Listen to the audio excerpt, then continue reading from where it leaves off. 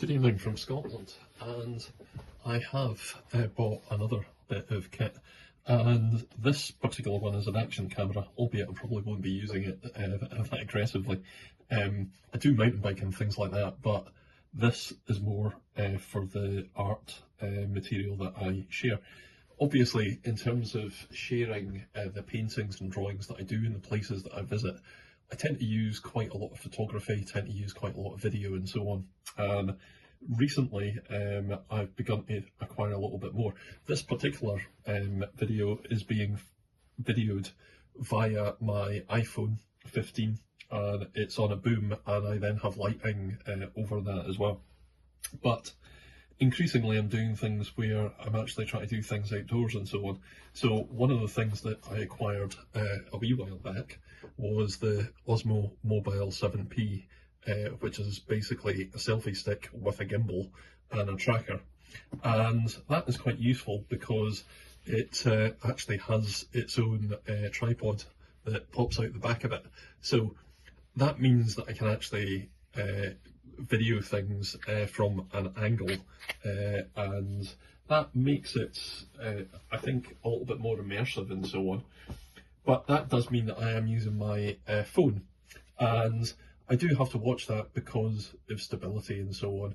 And generally the thing about that particular one is that the angle that it goes to is that it really sort of looks down to about sort of 15-20 degrees or something like that. So at the moment, the camera on the boom is looking down at 90 degrees, so it's a it's a sort of straight down view, whereas obviously sort of 15-20 degrees with the Osmo Mobile, it really sort of can look at an artwork maybe from the side and could maybe get me creating it, but it then maybe actually has the subject in the background. So that will influence how I actually use it outdoors.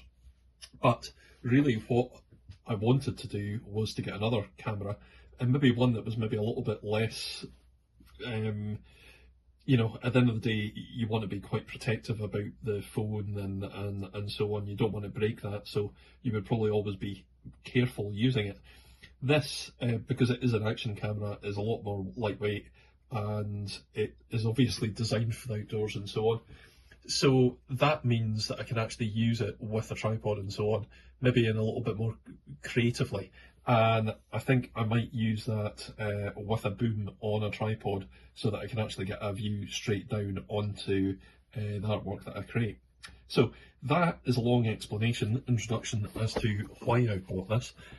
But then the next thing is that I could have gone and bought an Osmo Action camera, and that would have meant that it would have been suited with the Osmo Mobile and so on, and that could have been quite useful.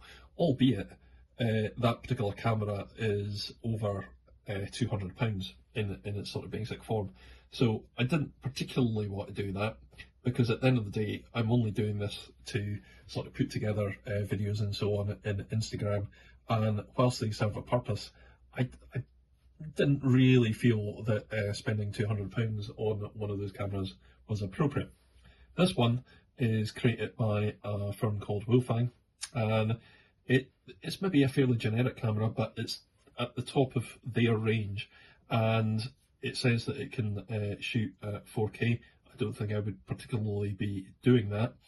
I think when you look at video reviews and so on, there is a little bit of doubt about the exact way that that is actually achieved, and maybe things like 1080p and so on are fine. Now, that is basically the resolution that I probably want to record in, so that, from my perspective, is okay.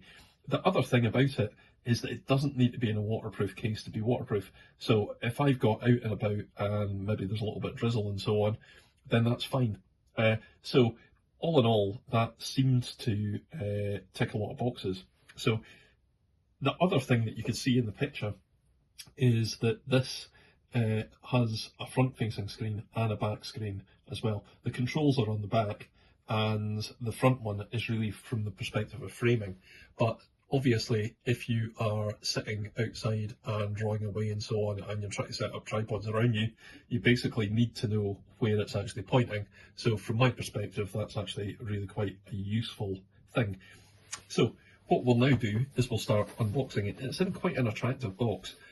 Basically, I managed to get it on a deal in Amazon, and I was quite happy with the price. And as I say, I had done my research, and I, was quite happy with the sort of trade-offs that I was making by picking this rather than the sort of fancier brands out there that maybe do actually tick all the boxes. It's actually quite a tough box to get into, so I'm using a pencil just to ease it out. But nice packaging, if it was a gift and so on, then that would be quite nice. Now, the good thing about it is that straight off it has a variety of QR codes and so on in terms of, liaison with the company. So that's quite good. I've already registered on their Facebook group, and that has been really quite responsive as well. And there are more details on the back, and basically it's saying that there's a 24-month warranty. That's good, and that there is built-in Wi-Fi as well, so that it could connect to the phone, etc. I think it does that via Wi-Fi rather than Bluetooth, so I'm going to have to just feel my way into that. With the waterproof case, which is in the box, it's apparently waterproof down to 40 metres, but as I say, I'm not going to be doing that. I'm really wanting to just make sure that it doesn't die when I'm outdoors and I am sketching and things like that.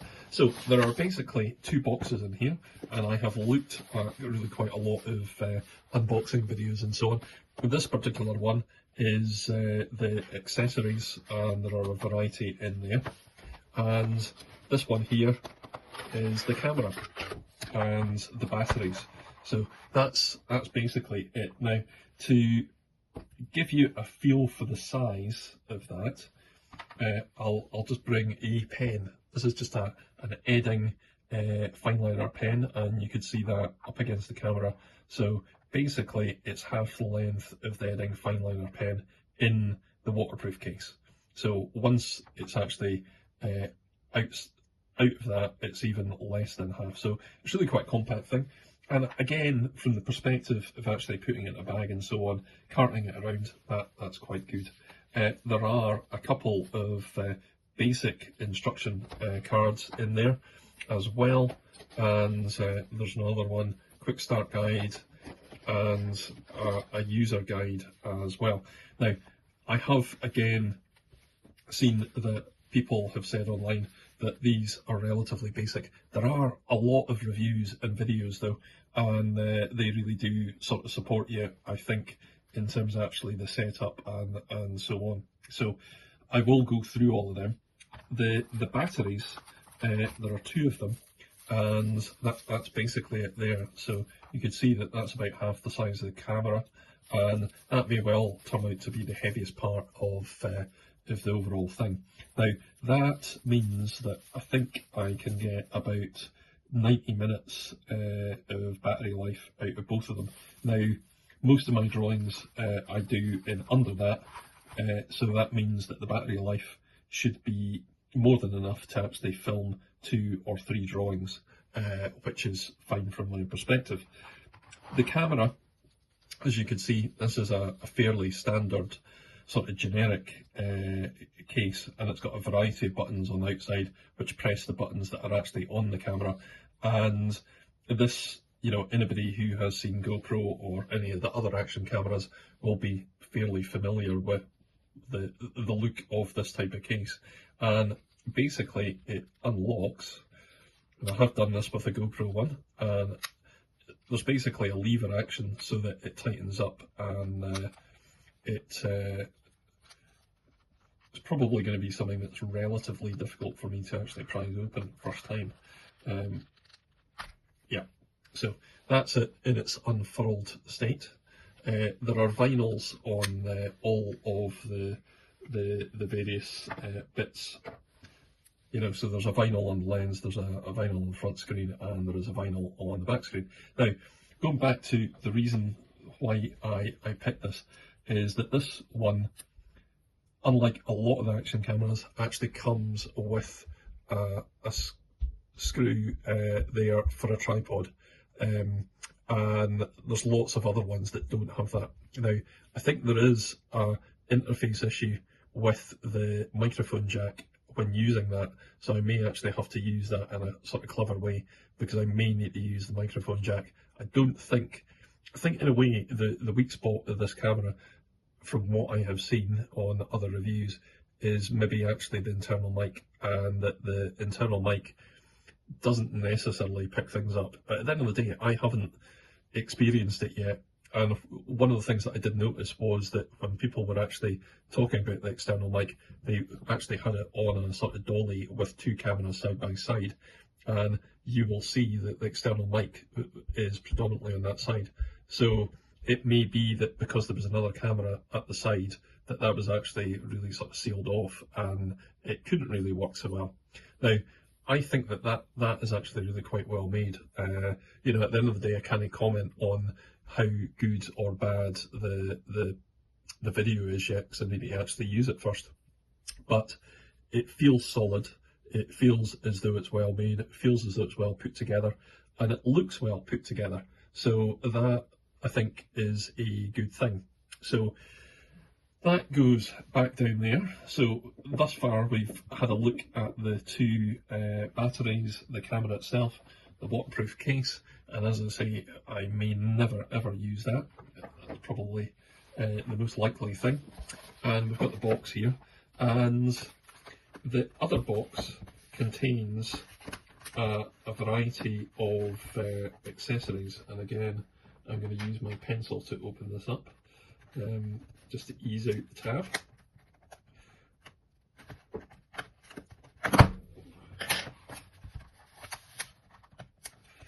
Yeah, sort of fighting with paper packaging. It is sort of strange how these things can actually just be quite so difficult. So, first thing is that there is a little lens cap. It's basically just a little rubber cap, the sort of thing that you would maybe see on binoculars, and that just protects the lens there. So, you know, from the perspective of carrying it around and so on, that's obviously quite useful. There are a whole heap of mounts. Now, for the uninitiated, that means that you could basically mount up the camera in its housing, because these interconnect with the base of the housing, and it then means that you could strap it onto bike helmets, onto handlebars, things like that, you know, balustrades, whatever, a part of a yacht, whatever you're doing, your surfboard, and that allows you to do things in different sorts of ways, and that obviously is quite useful. The other thing I've noticed, just because this one has come apart, is that this particular mount, because that's the bit that goes to the camera, this bit is the bit that actually goes to a sort of holding device, and that there would then also be able to screw into the camera base. Now that may mean that allows me to actually avoid the interface issue with the door for the mic jack. So we'll wait and see. I will have to have a play around with that. Now, there are numerous different types. You know, this one sort of slots in, and I've seen that used on bike helmets. This is the receptor for that. It's got sort of tape on it, and you tape it on. I think the only thing about that is that, you know, as a mountain bike leader, one of the things that you're really very aware of is, you know, that the helmet is there to protect folks' heads, and actually having this thing and the mount and so on it, you know, you're never quite sure whether that is a great thing. No doubt things have been tested generically and so on, but, you know, I'm less sure about it. And this is a little clamp. You can see that this reduces it from 3 slots down to 1 slot. And it basically means that these things can be used in different ways. Now, this particular thing, that goes in here, and then that tightens these things up.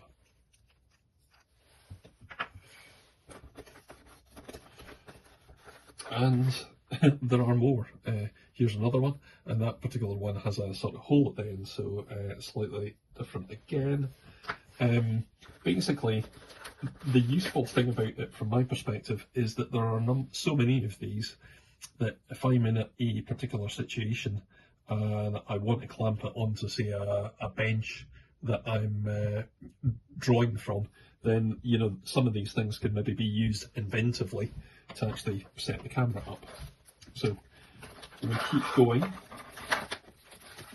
and a useful thing is that there is a remote control for video, which is the grey button, and the red button is for photographs. So that's quite useful, given the sorts of things I will be doing. And there are a number of straps. Now, these straps can then be used with some of the clips and so on, and that means that I might be able to use these things so that I can actually stick them on my head. And ultimately that's probably what I want to do, is have the camera at times mounted on my head so that when I'm looking at my drawing, I'm videoing the drawing, and when I'm looking at the subject, I'm recording the subject. This one, in a way, is the most obvious of the mounts. That one's obviously for things like bike handlebars. But, as I've just said, that might be something that I can actually grip onto a balustrade or onto a bench, and then actually capture what I'm actually doing from that, rather than using a big bulky tripod. So I think these things, although they're not really designed for the sorts of uses that I'm thinking of using them with, they might actually turn out to be quite useful as well. So that's that, and I'm getting to the bottom, and there is another self-adhesive base for a helmet. Again, you know, I'm less keen on them on helmets, but there might be something that I can then actually make. You know, I can maybe make some sort of base or something like that actually then just sticks on, and then it could clip on, and it might form a sort of DIY tripod that I could maybe actually use as well. And then there is yet another clamp. So these things all sort of fit together, and I'll be able to use them in different ways, no doubt. So we've got those straps, we've got this strap, and we've got a little security line and zip ties and some double-sided tape, heavy-duty tape, and a lens cleaning cloth. So that's all the bulk of the things that are there. But obviously the remote control is one of the main things. All of those brackets and straps and so on, yeah, we'll see how we use them. We've got a charging cable, and this uses so basically at the moment I have to charge the battery in the camera. Now, the thing about that is that that means that you can only charge one battery at a time, which is a slight drawback. Basically, the thing that I was checking there was that previously this was a micro USB, so it used to use micro USB to charge and so on, and micro USB to use for the plug-in microphone, but it is now USB-C. So that's quite useful, and I think that is more flexible. So that's quite useful. Basically, this microphone has got a sort of foam top to it. It's got a lapel clamp. I dare say it's relatively flimsy, but that might prove useful in terms of just connecting it up and being able to speak, and that being synced with the video and so on. So that's good. Now, the thing that I said about the charger is that the good thing is that in sort of connecting to Wolfang on the Facebook page, that then took me to their customer support page. And the thing on the customer support page that really jumped out was that if you sort of register in there, you then actually can get things like a battery charger, and the battery charger does 2 batteries at one time. So I'm definitely going to do that. And, you know, having been maybe slightly disappointed that there was only going to be, I was only going to be able to charge 1 battery at a time in the camera, well, actually, if I could contact them and then get a battery charger and things like tripods and so on, then that's great. So I won't be able to start this up just yet, but you could see that it's quite dinky, and I'll be able to use that, I think, in a variety of different ways. And there is image stabilization. Now, I don't know to what extent my head bobs around when I'm drawing, but I might use image stabilization. There might just be a little bit of wobble and things like that you need to take out. Obviously, if it's on a tripod, that will be more stable, but there might still be wind flutter and so on. So the image stabilization could prove to be really useful. There is a gimbal internally, which then drives the electronic stabilization. So the lens isn't on a gimbal or anything like that, but it's basically done electronically. So I'm quite pleased with it. Basically, this camera is actually very similar to the Asako Brave LE, but it's got the microphone support, and I think the Brave LE comes with the battery charger, but obviously I've talked about that getting sorted out.